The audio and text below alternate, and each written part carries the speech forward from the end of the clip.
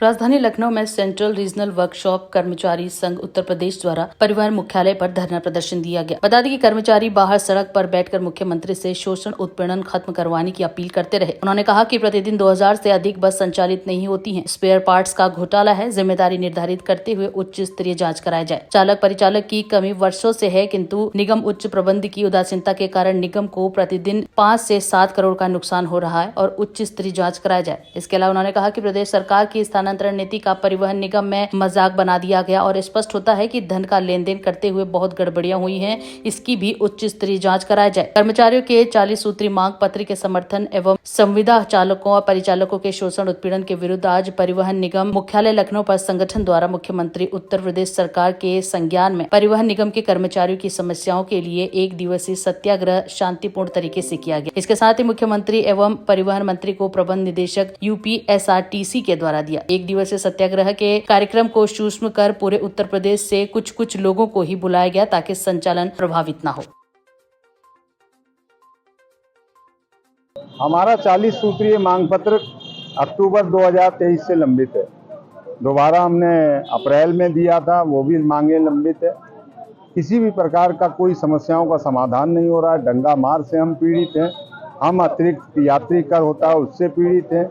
हमारे यहाँ राष्ट्रीयकृत मार्गों का प्रतिशत प्रदेश में कम होने की वजह से हमारा संचालन नहीं हो पा रहा है। हमारे संविदा के चालकों परिचालकों का शोषण उत्पीड़न हो रहा है।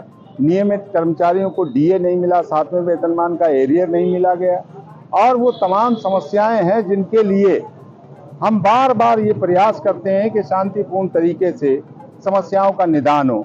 लेकिन परिवहन निगम मुख्यालय में 1 वर्ष से लगातार उदासीनता का माहौल है। लगभग 2000 से बसें ज़्यादा परिवहन निगम की खड़ी रहती है, यानी कि 5 से 7 करोड़ रुपया प्रतिदिन की आय का नुकसान हो रहा है। मुख्यालय सो रहा है। स्पेयर पार्ट्स के अभाव में गाड़ियां ब्रेक डाउन हो रही है। हमारे बीच में परिवहन निगम की छवि धूमिल हो रही है। मुख्यालय सो रहा है।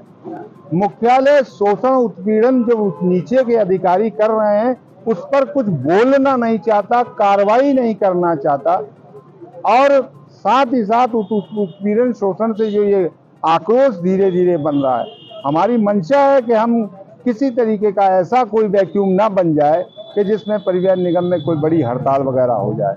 लेकिन प्रयास किया। आपके द्वारा टैक्सेदारी को लेकर अभियान बनाया गया, तब भी आपका विभाग इस पर कोई कार्रवाई नहीं कर रहा है? नहीं, आभार में विभाग का तो कोई योगदान नहीं मानता और साथ ही हमारे TC ऑफिस का भी कोई योगदान नहीं मानता।